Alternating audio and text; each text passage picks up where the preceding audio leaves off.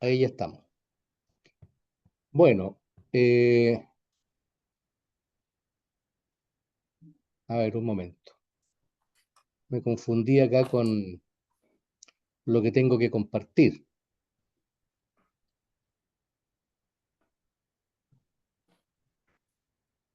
Estas cosas siempre te juegan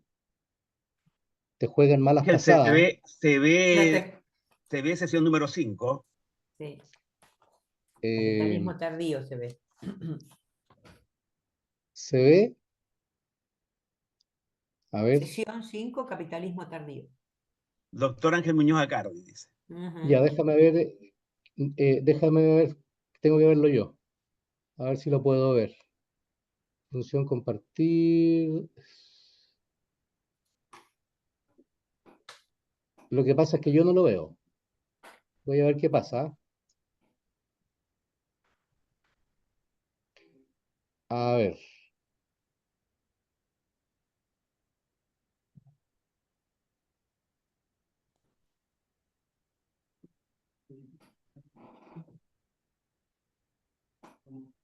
Ah, estoy con problemas acá.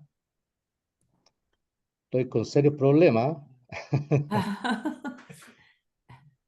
Ahí No donde dice puedo. presentación con diapositivas, usted no puede cliquear ahí porque Claro, está ahí si fuera. lo Ahí tenía, lo está. tenía, lo tenía puesto, solo que,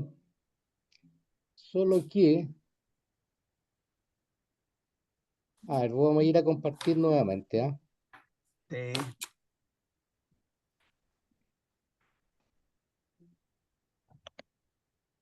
Compartir.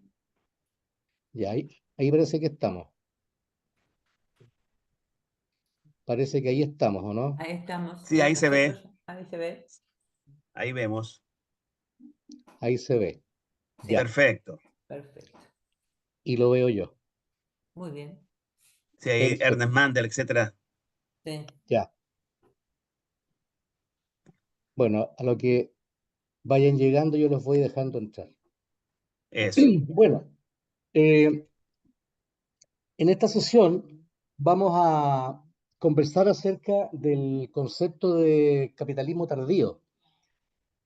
Eh, es un concepto que en el campo en el mundo de la sociología contemporánea se está usando bastante para entender el proceso de declive, decaimiento y muerte del capitalismo como sistema social económico o como modo de producción, como quieran llamarle. Y ese concepto no es tan antiguo, en realidad el primero que acuña ese concepto es Mandel, Ernest Mandel, por allá por los años 1950 y tanto, 55, después de la Segunda Guerra Mundial. Él va a acuñar el concepto de capitalismo tardío, en donde desde una visión adelantada, él ya en ese momento, donde aparentemente el capitalismo estaba en un momento de auge, tras la Segunda Guerra Mundial, con el advenimiento de Estados Unidos, ¿cierto? El Colándose New ahí Deal. en el triunfo de los aliados para convertirse después en una potencia capitalista mundial, él de manera previsora detecta que el capitalismo está muriendo.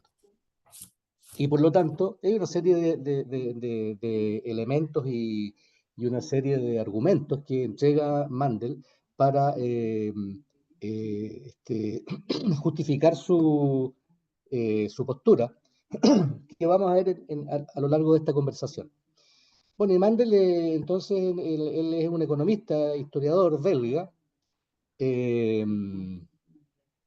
eh, del Partido Comunista. Él fue uno de los líderes ya hacia los años 60 del trotskismo en Europa, Mandel. Entonces, veamos en qué consiste ese concepto. Bueno, eh, el concepto de capitalismo tardío se va a aplicar a la última fase del sistema del capitalismo como modo de producción.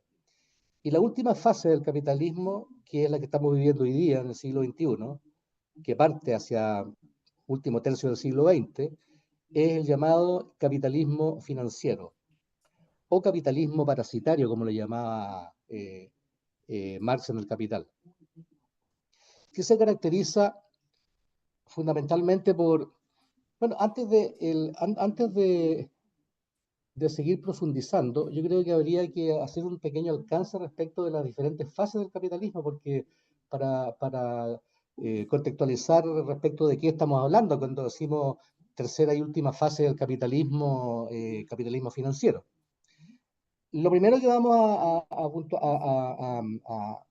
a decir ahí es que, de acuerdo a un análisis económico y sociológico, hoy día nosotros entendemos que el fascismo, el fascismo, mira, qué coincidencia, el capitalismo, que no, no está muy lejos del fascismo en su última etapa, el capitalismo ha pasado por tres grandes fases o etapas.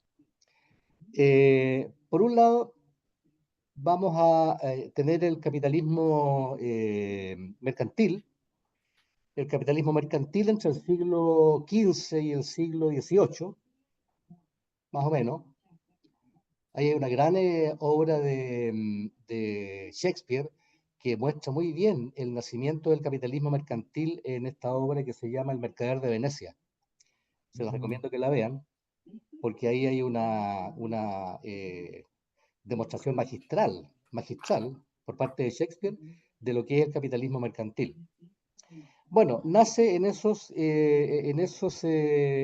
periodo, y el capitalismo mercantil está caracterizado por la expansión de Europa, fundamentalmente, a partir del descubrimiento de nuevas rutas comerciales. Esto, por supuesto, tiene gran repercusión, no solamente desde el punto de vista económico en el mundo. En ese tiempo el mundo era Estados Unidos, perdón, era Europa, y tiene gran repercusión en Europa. Fundamentalmente va a ser impulsado este capitalismo mercantil a partir del auge del comercio a larga distancia, donde se descubren nuevas rutas comerciales. Por otro lado, producto de este capitalismo expansivo, crecen las ciudades como centros comerciales, y por otro lado emerge la burguesía mercantil como clase social fundamental, clase social dominante de la época. Para pasar después a una segunda fase del capitalismo, que es el capitalismo industrial, llamado capitalismo industrial. Algunos autores hoy día lo dividen en sus partes, pero vamos a decir en general como segunda fase el capitalismo industrial, que va del siglo XVIII al siglo XIX.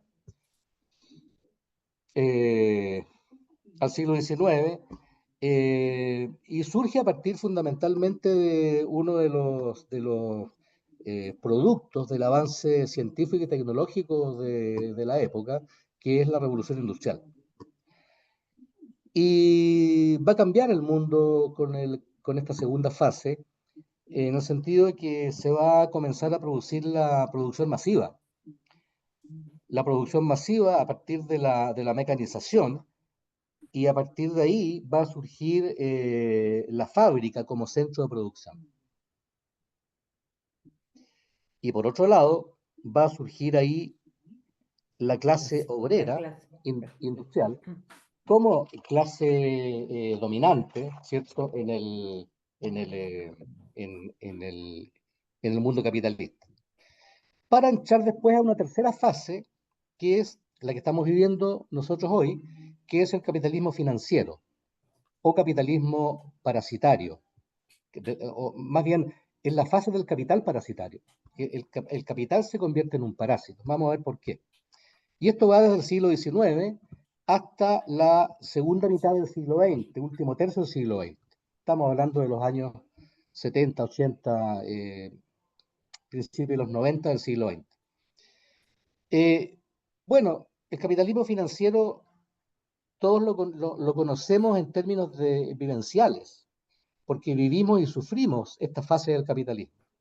Pero desde el punto de vista más conceptual, se va a producir aquí lo nunca antes visto en las otras fases del capitalismo, que es la concentración del capital. se produce una concentración brutal del capital y van a aparecer las grandes empresas financieras. Las grandes empresas financieras. Y por lo tanto, a partir de esta aparición de grandes empresas financieras, se va a producir una expansión del sistema bancario y el sistema bursátil. Sistema bancario y bursátil. Y va a surgir como operación fundamental del sistema financiero la inversión y la especulación financiera. Fundamentalmente aquí se produce la especulación financiera, es decir, el capitalismo en esta fase comienza a mostrar sus primeros síntomas por así decirlo, primeros achaques de viejo como antesala de su muerte, porque el capitalismo siempre fue creador. El capitalismo era productor de bienes, era productor de mercancías a partir de la transformación de la naturaleza. Pero con el advenimiento del capitalismo financiero o capital parasitario, el capitalismo deja de producir, deja de tener como etos, como elemento fundamental de su espíritu, la creación de bienes, la producción de bienes para solamente comenzar a especular con papeles, es decir, con dinero, con dinero. Bueno, cuando hablamos de sistema bursátil, también hay que hacer una diferenciación entre sistema bursátil y sistema bancario, en el sentido de que vamos a entender nosotros en esta conversación como sistema bursátil a aquel conjunto ¿cómo decirlo? Conjunto de instituciones y conjunto de normas y conjunto de mecanismos que permiten la compra y venta de valores a través de acciones y bonos fundamentalmente, en un nuevo mercado conocido como el mercado de valores, el mercado de capitales o la bolsa de valores. Así vamos a entender el sistema bursátil. Bueno, y en esta fase del capitalismo tardío, habiendo hecho ese paréntesis, se va a caracterizar por la expansión global del capital. Es decir, el capital en este momento, en esta fase del capitalismo, el capital comienza a despersonalizarse. ¿Qué quiero decir con despersonalización? El capital se desencarna, el capital ya no tiene dueño encarnado conocido y se transforma en un ente que trasciende el tiempo y el espacio, fundamentalmente el espacio. Deja de tener nacionalidad, el capital deja de tener una residencia en una localidad específica para circular libremente por el globo, por el planeta, por el mundo. Por lo tanto, estamos hablando de una expansión global del capital. Ahora ahí hay que tener en consideración que se produce una nueva contradicción, no muy percibida en general del capitalismo tardío, que es que la contradicción consiste en que si capital y trabajo, ¿cierto? Son dos entes, dos entidades que trabajan en una unidad y lucha de contrarios, como veíamos en algún momento con alguna clase, en una conversación hablábamos de la dialéctica. Por lo tanto, es un maridaje inseparable, en conflicto permanente, en función de la evolución. Entonces uno debiera pensar por transitividad lógica que si el capital se expande a nivel global, el trabajo también debería expandirse a nivel global. Y eso es justamente lo que no se ve. El capital está expandido, el capital circula libremente por el mundo, sin embargo el trabajo no es capaz de circular, no lo dejan circular libremente por el mundo. Y lo que se produce ahí, en definitiva, es ¿cómo se llama este sociólogo del siglo XX, brillante? Eh, Pierre Bourdieu. Pierre Bourdieu a principios de los 2000, por ahí, va a detectar una nueva clase y él le va a llamar la infraclase. ¿Y cuál es la infraclase? La infraclase son los cientos de miles, y hacia fines del siglo, y hacia mediados del siglo XXI, miles de millones incluso, cientos de miles de personas que transitan por el mundo, deambulan por el mundo en busca de un trabajo que nunca van a encontrar. Es el nuevo fenómeno de las migraciones, que siempre estuvo, solo que hoy día el fenómeno migratorio en el mundo es un fenómeno global. Entonces se produce la infraclase, según Bourdieu, en donde son cientos de miles de personas que van a deambular por el mundo en busca de un trabajo que nunca van a encontrar. No sé si les suena familiar esto que estamos hablando. Por otro lado, se caracteriza esta fase por la formación de corporaciones multinacionales, que es lo que veíamos en las definiciones iniciales. Van a aparecer corporaciones multinacionales que en definitiva también se van a deslocalizar, es decir, son las corporaciones hasta la etapa industrial eran corporaciones nacionales, tenían residencia, estaban localizadas. En el capitalismo tardío, es decir, en su fase financiera, su fase del capitalismo parasitario, van a aparecer corporaciones multinacionales, pero son corporaciones que se caracterizan por estar nuevamente despersonalizadas, deslocalizadas. Eh, Siempre recuerdo yo cuando Salvador Allende, un presidente que hubo en Chile, le tocó el año 71 hacer una presentación en las Naciones Unidas, a tablero vuelto a las Naciones Unidas. Y eso fue el 71.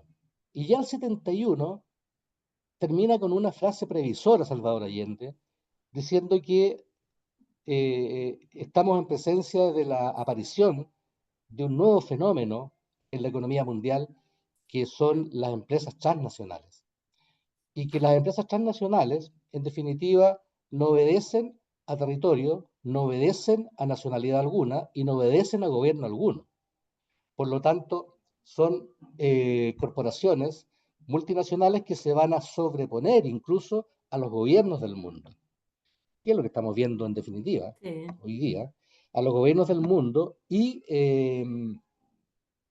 que Salvador Allende dice, tengo la esperanza que esa situación se regule y no prospere hacia el futuro, hacia el siglo XXI se refería.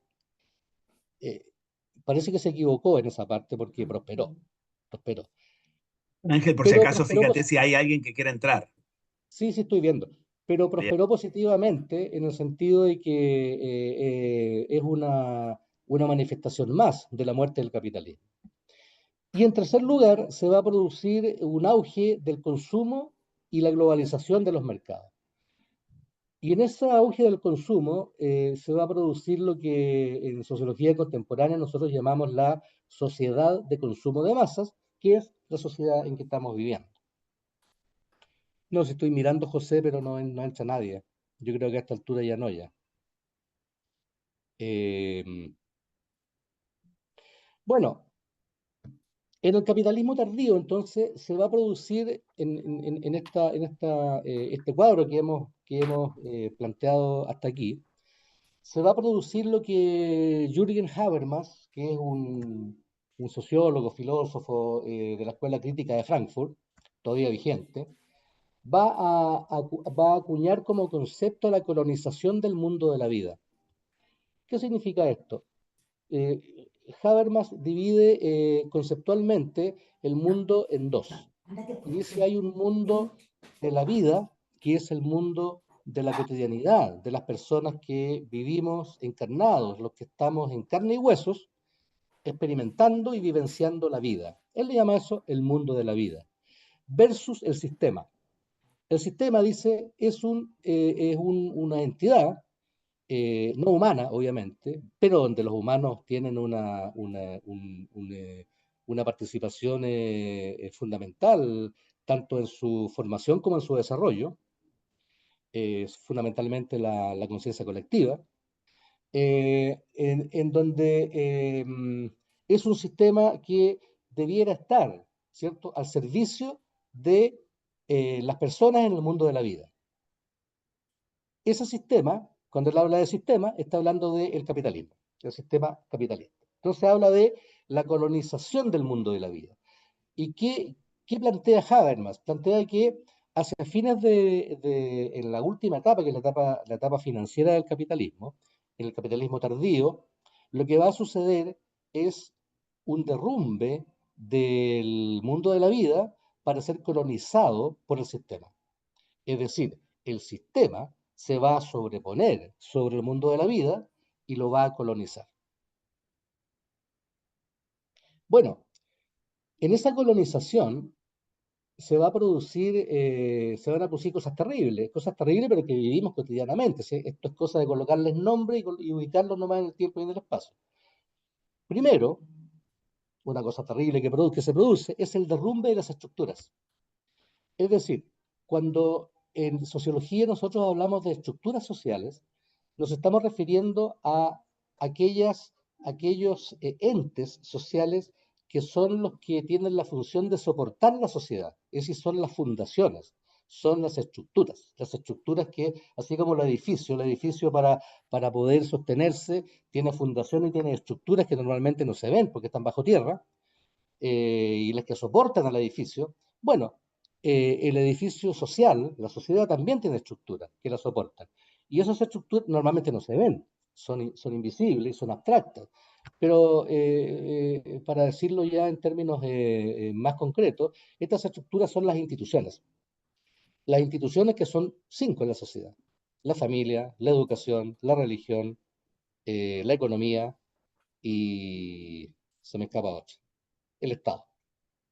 Esas 5 son las instituciones que soportan, son las estructuras. Entonces, dice Habermas, se va a producir un derrumbe de las estructuras.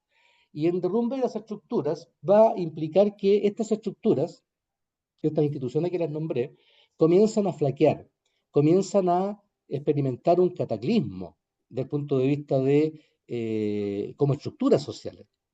Y vemos las crisis de la familia, la crisis del Estado, la crisis de la economía, la crisis de la educación en el mundo, la crisis de la religión en el mundo como estructura. Y lo que va a producirse ahí es fundamentalmente, es decir, si quisiéramos ver en qué consiste ese derrumbe, consiste justamente en la relativización de los valores, del etos valórico de las sociedades contemporáneas. Es decir, los valores son yo siempre les digo en las clases a los alumnos que no sé cómo definir los valores, pero los valores son una especie de artefactos culturales, porque son creados por la cultura, que obligan la conducta individual y colectiva. No solamente la orientan, sino que la obligan.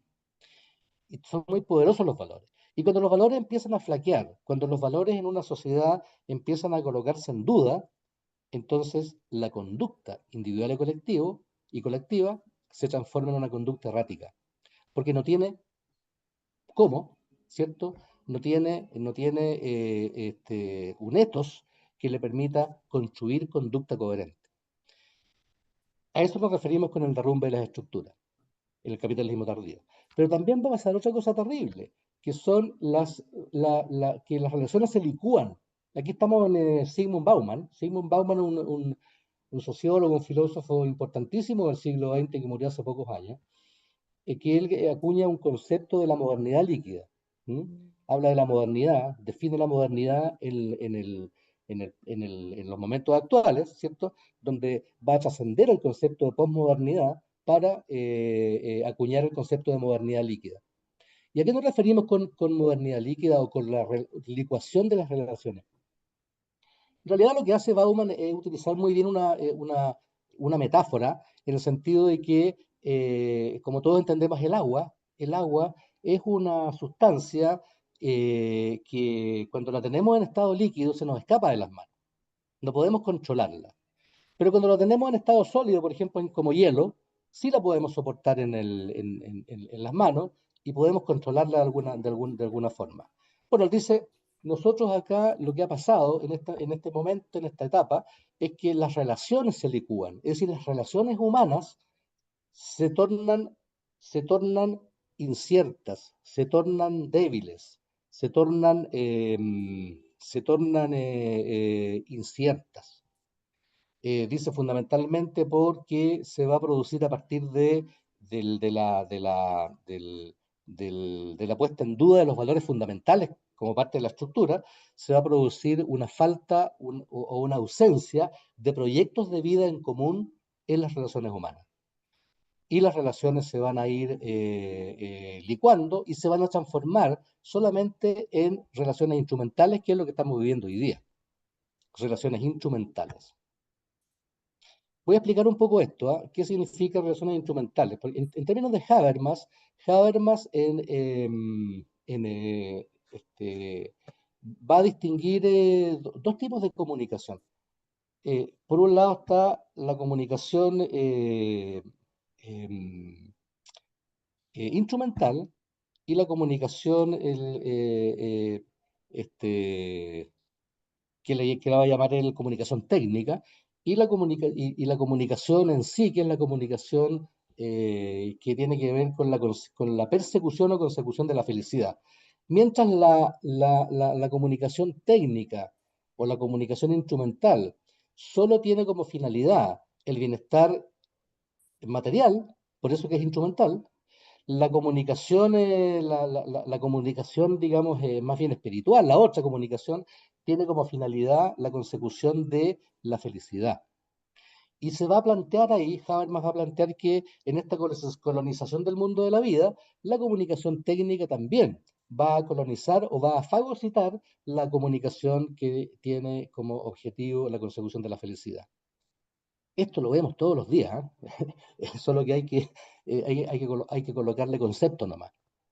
Y eso se va a producir, según Bauman, una licuación de las relaciones. Por otro lado, se va a producir algo también terrible, que es el advenimiento de la sociedad del riesgo. Aquí tenemos a un autor alemán que se llama Ulrich Beck, también contemporáneo, que él va a detectar que en el capitalismo tardío, en esta fase financiera del capitalismo, el mundo, en la sociedad como cuerpo, se va a transformar en algo riesgoso. Él dice por ahí,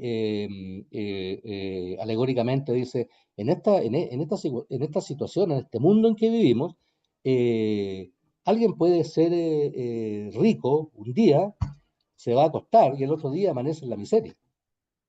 Es muy inestable, es un mundo global riesgoso. Y es riesgoso en todos los sentidos. Por ejemplo, la tecnología se transforma en un riesgo. Y él coloca como ejemplo ahí el desastre de Chernobyl, en donde la tecnología, ¿cierto?, se transforma en un riesgo.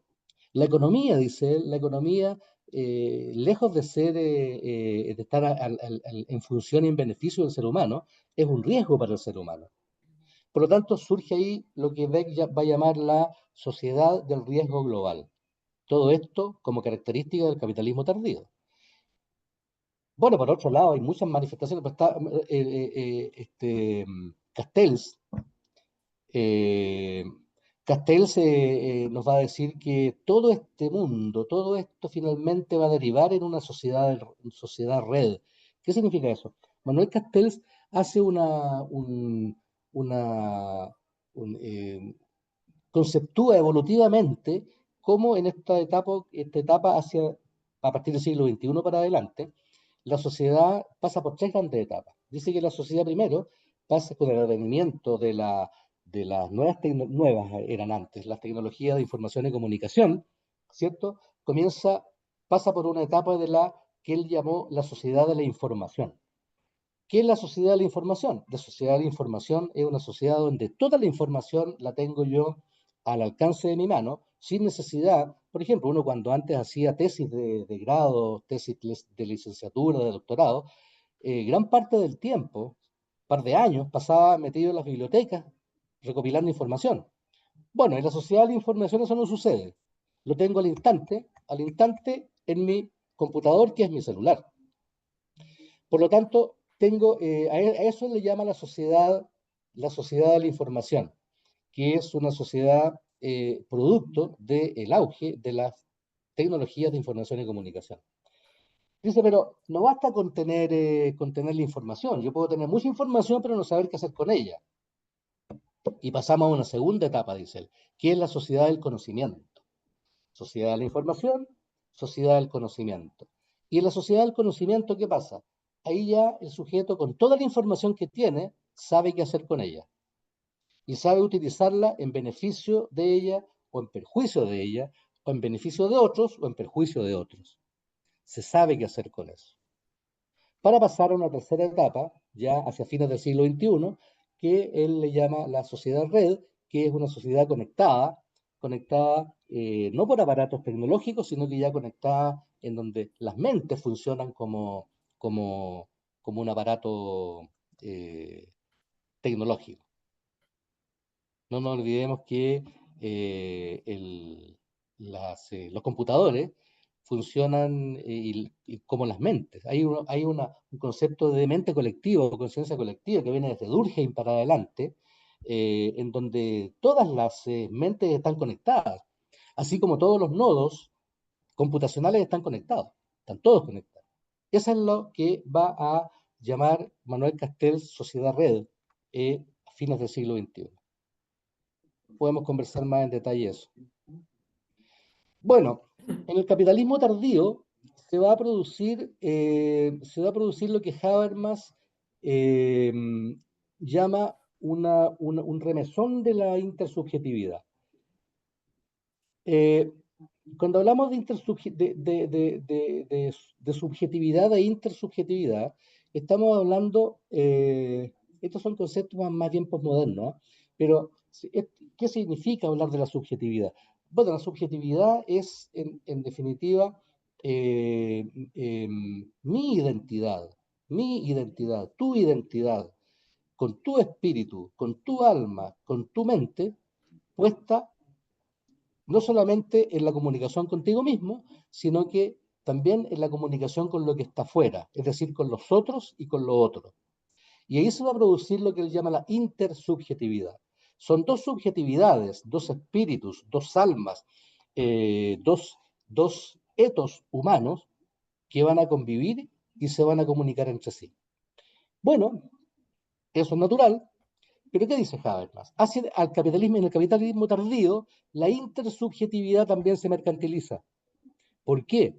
Se mercantiliza porque en el capitalismo tardío todo es intercambio. Todo es intercambio. Intercambio se entiende económico, que no solamente ahí media el dinero, sino que en la economía también median otro tipo digamos, de transacciones. Entonces dice, en función de que todo es intercambio, la intersubjetividad también se transforma en un intercambio. Pero un intercambio en el sentido eh, de un intercambio fundamentalmente material, un intercambio fundamentalmente, eh, ¿cómo decirlo? Un intercambio de materia, no intercambio de espíritu.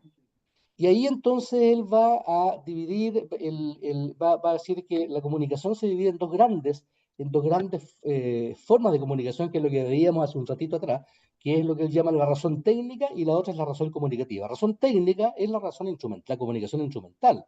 La razón comunicativa, que él llama, es la comunicación que tiene como objeto conseguir la felicidad.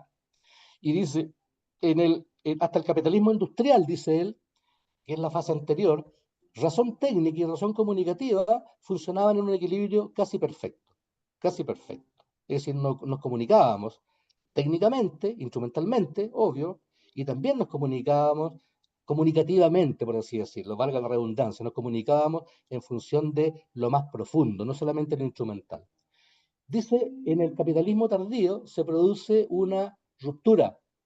Ahí hay una especie de un rayo, ahí, una especie de rayo dice que está diciendo que hay una ruptura, le cayó un rayo a la relación entre razón técnica y razón comunicativa, y la razón técnica pasó a primar sobre la razón comunicativa. Entonces hoy día nos comunicamos fundamentalmente a nivel de instrumental. Rara vez nos comunicamos para conseguir la felicidad. ¿Qué comunicación es esa? Bueno, la comunicación de tú a tú, la comunicación de centro a centro, la comunicación de corazón a corazón, la comunicación respecto de nuestras emociones, respecto de nuestras vivencias, cómo estamos viviendo nuestras relaciones. Eso es razón comunicativa, que hoy día se ve cada vez menos. Y entonces, la prioridad es el bienestar material para la razón técnica, en desmedro de alcanzar la felicidad, lo que es la razón comunicativa, y lo que se va a traducir en la sociedad de consumo de masas, como veíamos en una lámina anterior. Bueno, esta teoría de la acción comunicativa y crítica a la racionalización es la obra fundamental de Habermas, ¿ah? Y lo que hace es una crítica a la modernidad y al capitalismo, en definitiva, como estamos viendo. Y ahí entonces, lo que les adelantaba hace un momento, van a haber dos conceptos, el mundo de la vida y el sistema, en donde el mundo del sistema va a colonizar, en definitiva, el mundo de la vida. Bueno, el capitalismo tardío, desde desde una concepción del materialismo dialéctico histórico, ¿cierto? MDH, materialismo dialéctico histórico, que veíamos en alguna de las conversaciones anteriores. Desde esta perspectiva, el modo de producción capitalista va a nacer, como decíamos en esa conversación, con los gérmenes de su propia destrucción. Bueno, esto es dialéctica pura. No sé si ustedes se acuerdan de esa conversación. Es decir, esto es evolución en el sentido de que toda forma de vida y por lo tanto todo modo de producción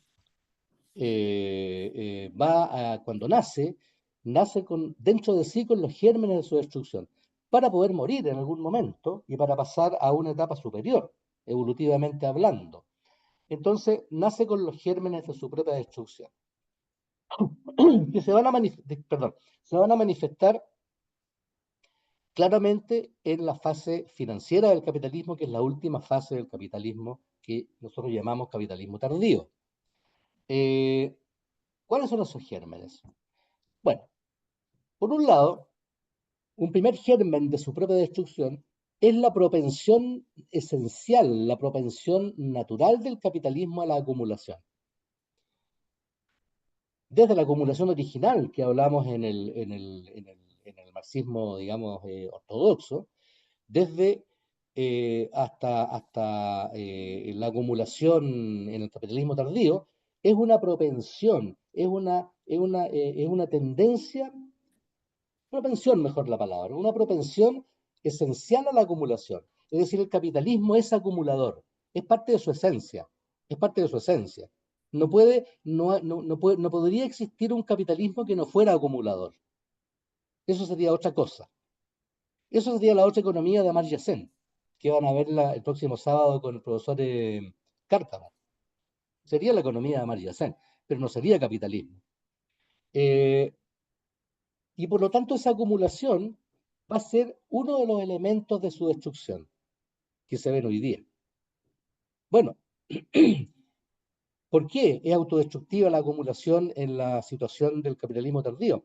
Porque la acumulación hasta el siglo, perdón, hasta la segunda fase, que es el capitalismo industrial, era una acumulación yo diría, regulada, una acumulación regulada, es decir, una acumulación en donde el capital, ¿cierto?, era concentrado en ciertas localizaciones, pero que permitía una diversidad de localizaciones o una diversidad de lugares donde se acumulaba el capital. Bueno, el capitalismo tardío, esto se vuelve loco, esta propensión a la acumulación se convierte en una compulsión, si lo vemos desde el punto de vista del psicoanálisis, es una compulsión a la acumulación. Y ya la acumulación se deslocaliza y la acumulación se transforma en una cosa depredadora donde los diferentes entes acumuladores se van fagocitando y comiendo entre sí para, en definitiva, el ideal del capitalismo en esta fase sería una acumulación tal donde todo el capital esté solamente en unas manos, que es la tendencia que vemos hoy día. Y eso es parte de uno de los gérmenes de destrucción del propio capitalismo que está dentro de él. Ese uno. Tenemos otro que detecta Marx, ¿cierto? Que él le llamó el fetiche de la mercancía. El fetiche de la mercancía va a consistir en que, bueno, todos sabemos que la mercancía, las cosas valen, tienen un valor, tienen un valor. Y ese valor lo podemos ver en la teoría del valor en economía, que lo estudian todos los muchachos de primer año de sus carreras de economía en las universidades del mundo, la teoría del valor. Y las cosas no tienen un precio así al azar, las cosas valen, hay algo lógico. ¿Y por qué valen? Adam Smith, ustedes se acuerdan que él hablaba de la mano invisible. La mano invisible que regulaba los precios del mercado. Ya, Sí. esa mano invisible, que parece tan como esotérico, es bien concreto. Las cosas valen por la cantidad de capital que tienen incorporadas en sí, por la cantidad de trabajo que tienen incorporada en sí y la cantidad de tecnología que tienen incorporadas dentro de sí. Por eso valen las cosas. Por eso que un teléfono celular, vale más que un lápiz. Porque el celular tiene más cantidad de trabajo incorporado, más capital incorporado y más tecnología incorporada. Bueno, con el fetiche de la mercancía se va a producir una locura, porque lo que va a suceder ahí es que las cosas ya no empiezan a valer por la cantidad de tecnología, trabajo y capital que tienen incorporadas en sí, sino que empiezan a valer por un símbolo, una representación de la mercancía para el sujeto, que son, por ejemplo, las marcas. Las marcas. Y las cosas hoy día valen no por la cantidad de tecnología, trabajo y capital que tienen incorporada, sino que valen por lo que representan. Entonces yo tengo una camisa y compro una camisa. Y la camisa al lado en el pecho tiene un simbolito donde aparece un tipo jugando polo. Entonces mi camiseta se llama polo. Y mi camisa, digamos, polo, tiene un valor por la cantidad de capital, trabajo y tecnología incorporada en él. Pero ese valor se triplica y se quintuplica por lo que representa el símbolo polo. Y yo estoy pagando ahí polo, no estoy pagando la camisa. Eso es lo que llama fetiche de la mercancía. Todo se desnaturaliza. Otro germen de su destrucción, el fetiche de la mercancía. Otro germen de la destrucción que está dentro del capitalismo, que es el dinero como mercancía. El dinero como mercancía lo que va a producir es el capital parasitario. Todos sabemos que el dinero nace como cuando los mercados se hacen complejos y se masifican, es necesario tener algún instrumento para intercambiarlos bien.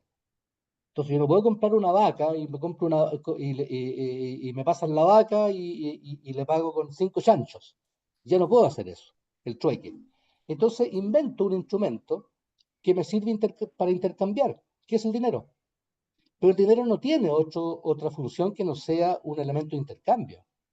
Bueno, hacia fines del capitalismo industrial, el dinero va a adquirir un valor de capital, un valor de capital. Es decir, alguien le va a colocar valor al dinero. Así como el kilo de papas vale tanto, así como el chancho vale tanto, el cerdo, así como la vaca vale tanto, bueno, la moneda también vale algo. Y ahí surge entonces el capital parasitario.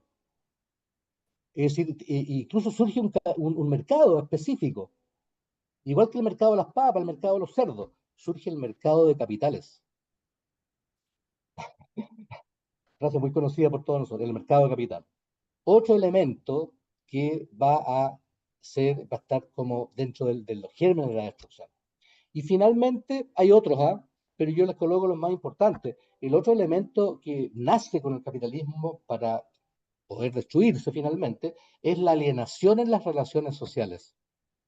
La alienación como concepto entendido desde el marxismo. La alienación entendida como la separación de los instrumentos de trabajo del trabajador. Y hay trabajos más o menos alienados, en donde el capital no puede pagar, ¿cierto?, determinados trabajos. Para el marxismo, el trabajo más alienado es el trabajo que no se puede pagar con dinero. Por ejemplo, el trabajo intelectual. El trabajo de un artista, por ejemplo. ¿Cómo tú le pagas un cuadro donde Van Gogh, ¿cierto?, expresó lo más íntimo de su ser? Eso no tiene valor monetario, tiene otro valor. Por lo tanto, ahí se produce la alienación en el sentido de que el capital no puede pagar eso. El plusvalor, la plusvalía es la cantidad de espíritu o la proporción de tu espíritu que está incorporado en ese trabajo. Y tú te alienas de ese producto.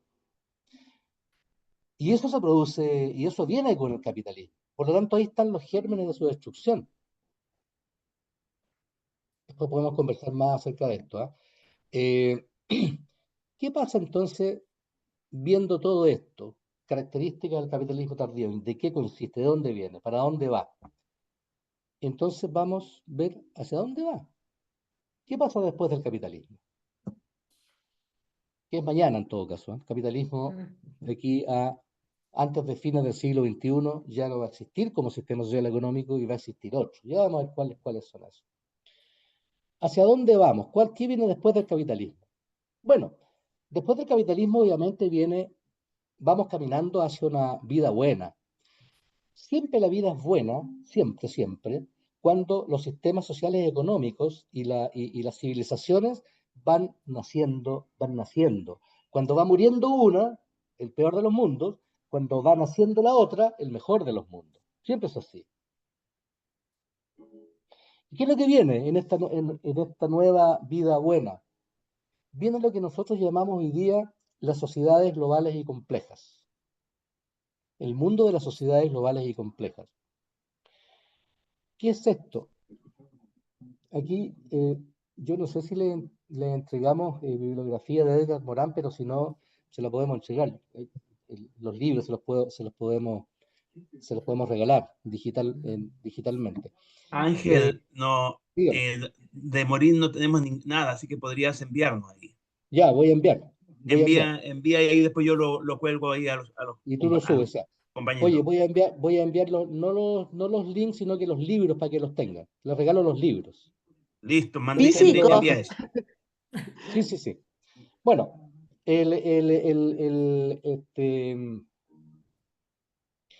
las sociedades globales y complejas vienen a reemplazar a el mundo de la modernidad con el capitalismo inserto en ella. Ustedes saben que modernidad y capitalismo son, como sistema social económico, son dos entidades que van unidas entre sí. Es decir, el capitalismo nace con la modernidad. Por eso que el capitalismo siempre fue un sistema altamente racional.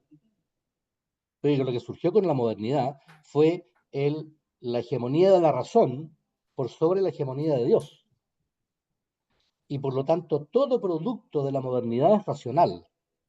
Y el capitalismo como producto de la modernidad es altamente racional. Cálculo racional de la ganancia. Eso es, o eso era. Hoy día ya se volvió loco, es otra cosa. Y por lo tanto, el capitalismo, ¿cierto? En su fase tardía, cuando va muriendo, va dando paso a otro sistema y a otra civilización. La civilización moderna también ya murió, ya murió. Solo que la modernidad aún no se ha enterado que murió. Por eso es que la vivimos todavía, no se ha enterado que murió. Está viviendo su momento de descomposición final. Un cadáver es descomposición. Está vivo todavía. No vivo, sino que está presente. Pero el nuevo orden mundial, es decir, la nueva civilización que reemplaza la modernidad, ya nació. Solo que también digo, no se ha enterado todavía que nació, pero ya nació. Y ese nuevo mundo se llama sociedades globales y complejas. Sociedades globales y complejas. Y ese nuevo mundo trae consigo un nuevo sistema social económico que reemplaza al capitalismo, que se llama, yo no le conozco nombres todavía, pero esto se viene estudiando ya desde Amartya Sen para adelante, se llama la otra economía. La otra economía que reemplaza al capitalismo. Eh, y por lo tanto, este nuevo mundo, ¿cierto?, de las sociedades globales y complejas, es un mundo que tiene como soporte fundamental mentes complejas para conformar sociedades complejas. Esto es Edgar Morin, ¿eh? ¿Qué significa esto? Significa que eh, el- toda civilización construye sujetos, construye personas que son aptas para esa civilización. Por ejemplo, cuando nace la modernidad y se desarrolla la modernidad genera mentes como las nuestras, mentes analíticas, no complejas, mentes analíticas. Son mentes que, como todas, mentes racionales. Y como toda racionalidad, para conocer el mundo necesita disectarlo. Eso es lo que hacemos nosotros los modernos, las mentes analíticas. Es decir, hacemos análisis. Análisis significa separar la cosa en sus partes para conocer la cosa. Somos mentes duales. Todo lo entendemos por dualidad. Somos mentes reduccionistas.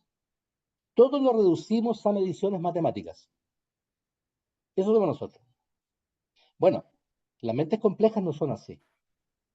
Que ya nacieron, ya están naciendo, ¿ah? Son mentes con los niños que están naciendo, los que nacerán de aquí a 5, 6, 10 años más, son mentes que ya nacen, porque esto es función de la evolución, y lo que evoluciona en el ser humano es la mente. Ya están naciendo con mentes complejas. La mente compleja, en realidad, lo que hace es no entender el mundo, es decir, no conoce el mundo a partir de su disección, no conoce el mundo a partir de su análisis, sino que conoce el mundo a partir de una síntesis en realidad. Es decir, el hombre complejo, la mente compleja, ¿cierto? Es una mente holística, es una mente que comprende el mundo en su totalidad global. Nosotros no podemos hacer eso. Nosotros entendemos el mundo a partir de sus partes. Ahora, eso ya no solo con Edgar Morin, sino que con la teoría general de sistemas, que nace el año 25 del siglo XX, ya se vio que la gran promesa del análisis es falsa. ¿Cuál es la promesa del análisis? El análisis. Yo tomo una cosa, estoy en el laboratorio, tomo una cosa que estoy investigando y la operación que hago para conocer a esa cosa es separarla en sus partes. Entonces yo conozco en detalle cada una de sus partes. ¿Y cuál es la promesa? Si conozco cada una de sus partes, conozco el todo. Y eso no es así. No es así, ¿no? Eso es falso. Es falso. Entonces, bueno, está decayendo. Eso es positivismo. El positivismo que hoy día también está en crisis. Y por lo tanto, las mentes complejas conocen el mundo en su totalidad. La mente compleja es muy parecida a la mente oriental. La mente oriental funciona así. Funciona como totalidades. Fundamentalmente la mente china funciona como totalidad. Y esas son las mentes complejas, que van a construir, obviamente, sociedades complejas. Después del capitalismo, fin de la modernidad, fin del capitalismo. Sociedades complejas, la otra economía, mentes complejas, eso es evolución. Eso es evolución. A ver si puedo correr esto. Bueno, un nuevo mundo se hace presente. Un nuevo mundo se hace presente. A ver si puedo. Ahí. Bueno, un nuevo mundo se hace presente en el sentido de que, a ver,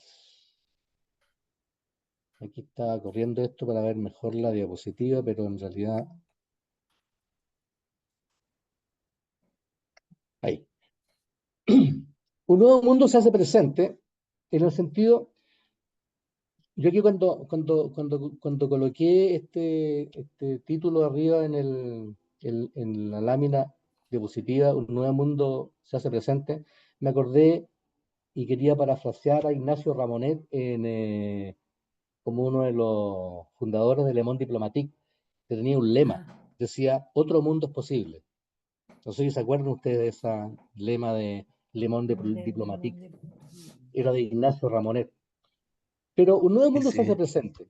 ¿Cuál es ese mundo? El mundo de las sociedades globales y complejas.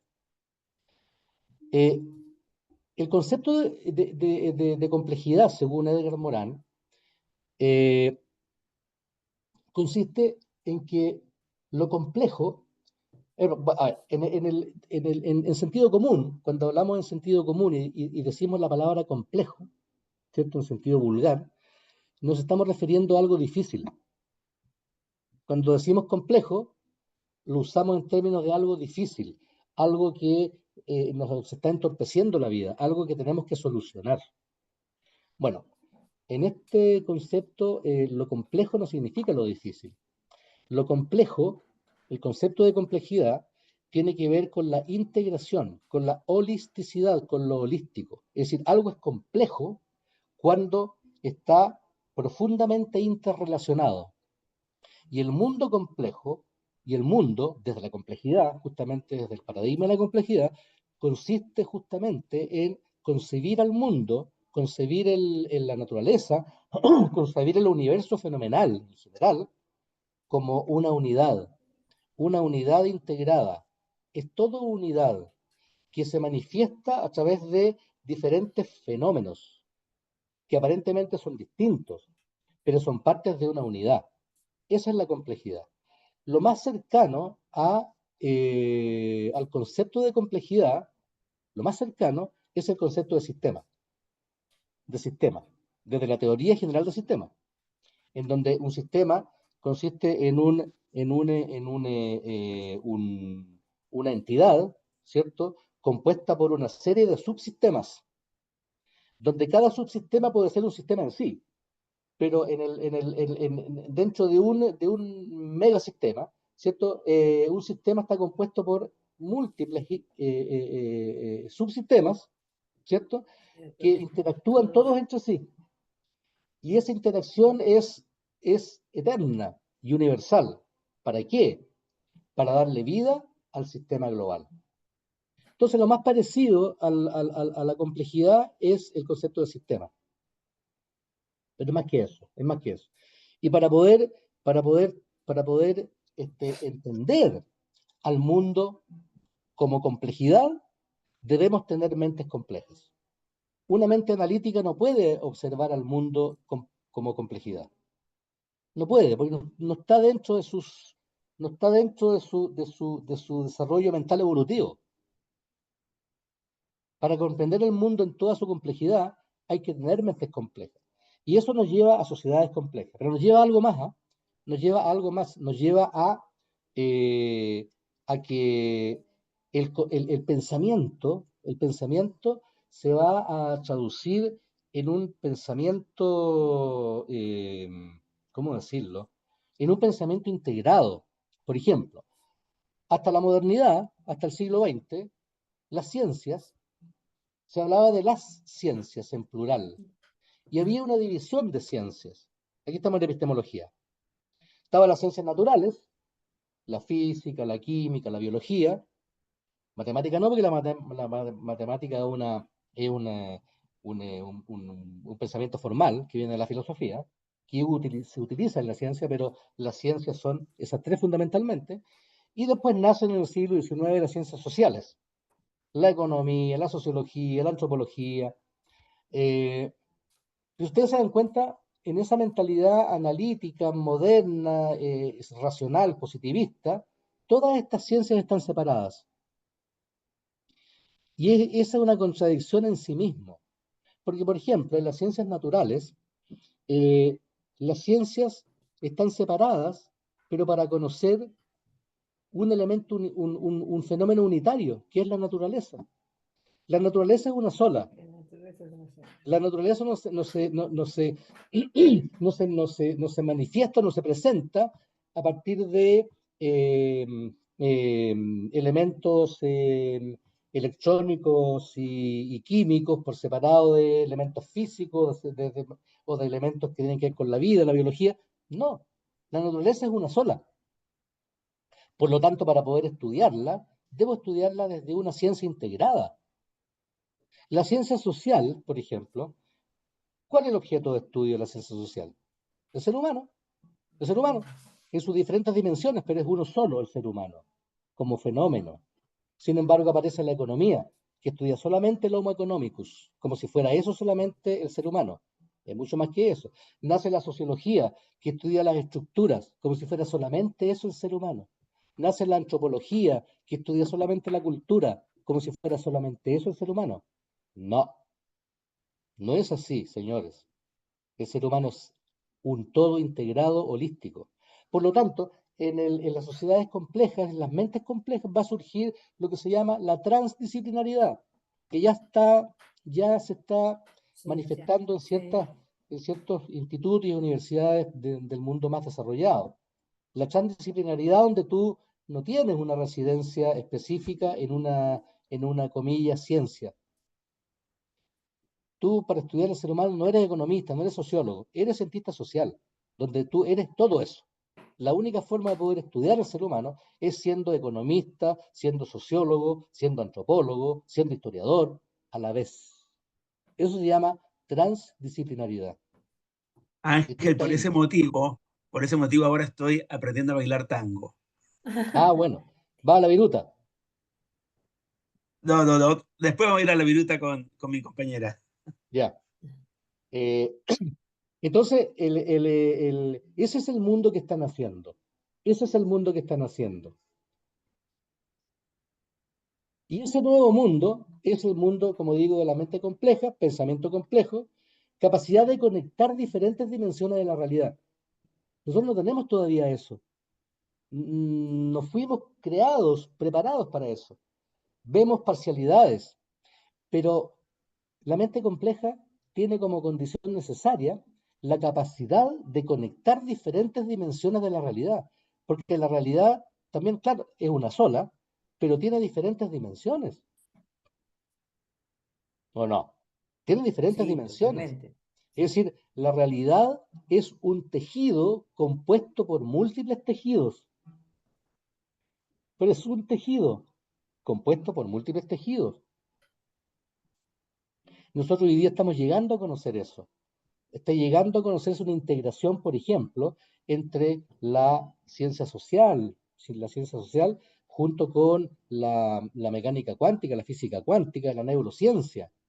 Es decir, para poder estudiar este fenómeno, tenemos que transitar a la transdisciplinariedad y conocer. Ustedes saben que, mire, esto ya está el año 2000, 2011, entre el 2010 y el 2013, le dan el premio Nobel a un físico que viene de la física cuántica, que se llama Roger Penrose. Y Roger Penrose le dan el premio Nobel no por ser físico, sino porque él descubrió algo en la biología. Tú dices, ¿cómo? Claro, porque Roger Penrose tuvo que, como llegó a investigación de frontera, tuvo que trascender. Entonces empezó quería conocer cómo se manifestaba la actividad cuántica en los organismos vivos. Y tuvo que ir a conocer neurociencia, tuvo que meterse con el tema de la biología, y hace un descubrimiento fabuloso, que es, descubre los microtúbulos, que le llaman, que son cuestiones invisibles, son elementos que existen en todo ser vivo, pero que es más bien abstracto, que es en definitiva lo que le da la vida, es como la chispa de Dios, ¿ah? Lo que le da Ajá. la vida a los seres vivos. Entonces, después han ido haciendo investigaciones y descubren que los microtúbulos, tú mides, los microtúbulos están llenos de algo, energía vital. Cuando el organismo muere, al segundo se vacian los túbulos, y cuando es resucitado el que muere, se puede hacer eso, lo resucitan, rápidamente se llenan los microtúbulos. Entonces tú te das cuenta que ahí hay una suerte de integración.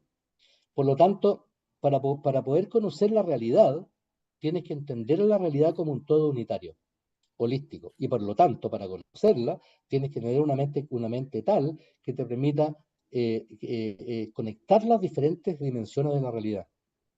Porque vivimos en diferentes dimensiones. Ustedes se darán cuenta. Nosotros, ¿qué es lo obvio? Bueno, estamos acá viviendo en tres dimensiones. Subimos en tres dimensiones. El tiempo, el espacio, fundamentalmente, el tiempo y el espacio, en tres dimensiones. Ahí vivimos. Eso es lo obvio. Pero todos sabemos ya que existe una cuarta dimensión, una quinta dimensión, una sexta dimensión. No somos capaces de verlo. La mente compleja sí. La mente compleja sí. Ángel, Por lo tanto, bueno, debe haber ahí un pensamiento, deriva en un pensamiento holístico. Bueno, yo eso es lo que le quería comentar hoy día respecto del capitalismo tardío, y darles entregarle, digamos, una suerte de inyección de optimismo, porque yo soy muy optimista en lo personal respecto de esto. Aunque vivimos aparentemente en la miseria, esa miseria que vivimos tiene que ver fundamentalmente con que estamos en una inflexión civilizacional, pasando de un mundo a otro. Hay un cataclismo. Pero el mundo eh, va hacia un derrotero mejor. Gracias. bueno, bueno, Ángel, gracias. No sé si alguien quiere hacer un aporte antes de eso. Bueno, el sábado que viene a las 11 entonces sería en principio presencial, si es que no hay ninguna cosa, ningún imprevisto, ¿tá?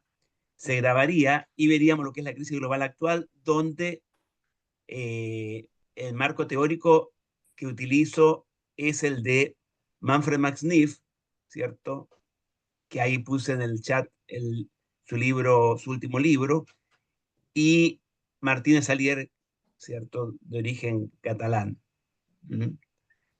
Y tiene mucho que ver con lo que hoy día habló, ¿cierto, Ángel? Con ese pensamiento holístico y no cartesiano, ¿m? Ah, De Descartes. Si alguien quiere agregar algo, Rubén, Una cosita, justo empecé a leer algo de Amartya Sen, y bueno, ahora algo que también ahí me surgió. Él se desarrolla como economista, como un eximio economista, y en un momento, por lo que leí, le dan, no sé, una especie de beca para que él por 4 años haga lo que quiera, ¿no? O sea, se ponga a investigar, a estudiar. ¿Y qué hace? Se va a estudiar, no sé si era filosofía, creo que sí, que era filosofía. Entonces, sus maestros, la gente que trabajaba con él, no entendía nada. Cómo él, siendo economista, de pronto es como que, entre comillas, se sentían traicionados. Pero sin embargo, él después, lo que entiendo es que todo su desarrollo posterior, ese estudio que hizo durante 4 años o durante algún tiempo de la filosofía, de la sociología le sirvió para hacer todos sus desarrollos en el plano así económico y demás, ¿no? O sea, lo vinculaba a esto de tener que planteaba recién el profesor, de tener una mirada holística, ¿no? Mm. De las cosas. Bueno, Ángel, Mira, en ese plano, eh, hacia fines del siglo XX, la década de los 90, fines de los 80, 90, hay una serie de muestras de investigadores, fundamentalmente científicos provenientes del campo de la física, que exploran hacia otros mundos, porque ya han llegado a la frontera del conocimiento. Les recomiendo un autor que se llama Fritjof Capra. Fritjof Capra es un físico eh, norteamericano que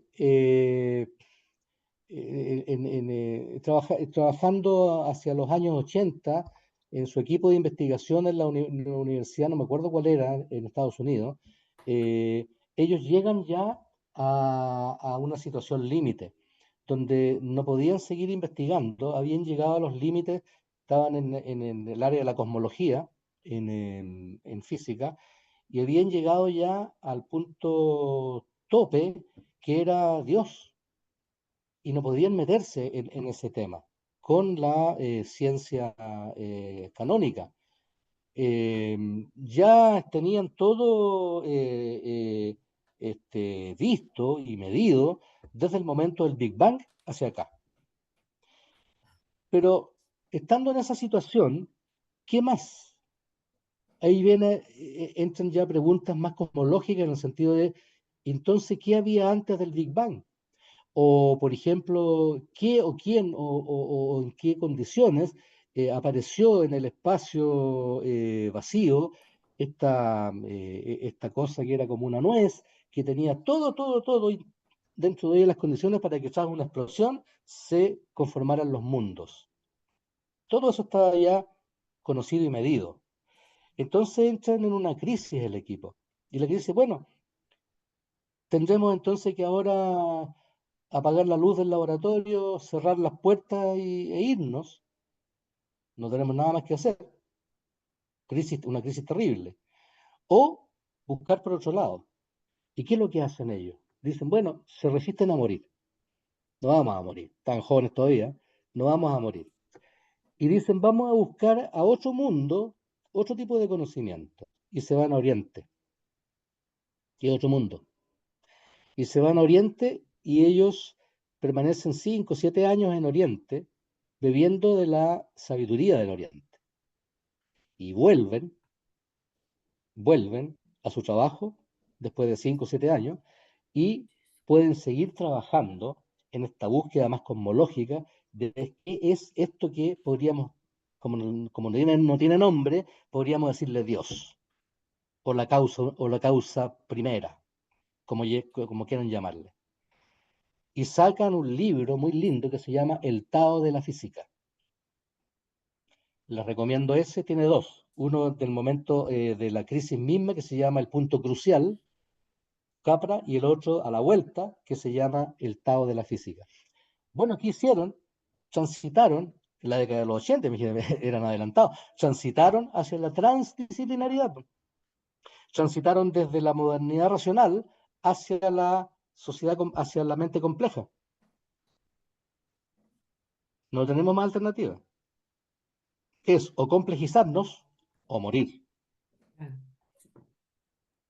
Bueno, ahí puse en el chat sí. otro autor que es Georgescu Regen, La ley de entropía en el proceso económico, donde ahí Georgescu Regen, que es el creador de la economía ecológica, trabaja con lo que es la entropía y la negaentropía, es decir, lo que es esa dialéctica de unidad y lucha de contrario, que es la vida y la muerte. ¿Tá?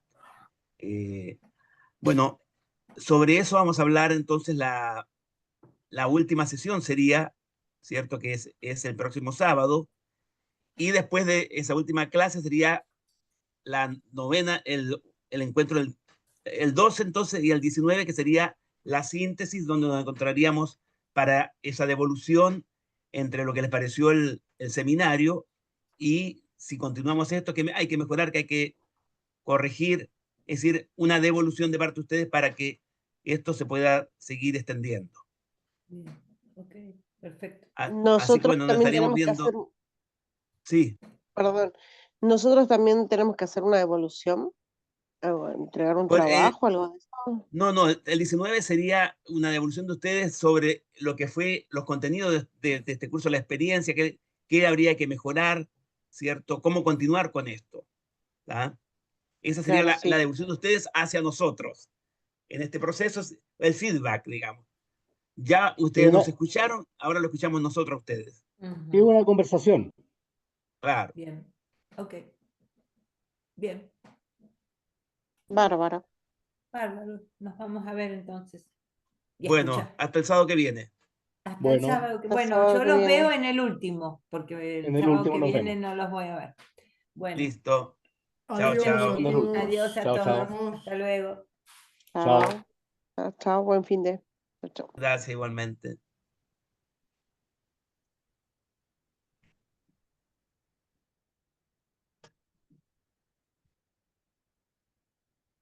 Estoy viendo de cerrar, Ángel. Sí, Se me ahora perdió estoy aquí viendo. esta cosa. Ahí quedó Eduardo también. Pero Eduardo Sí. parece que está en otra. No, él está en otra. Él se pone ahí, pero no está.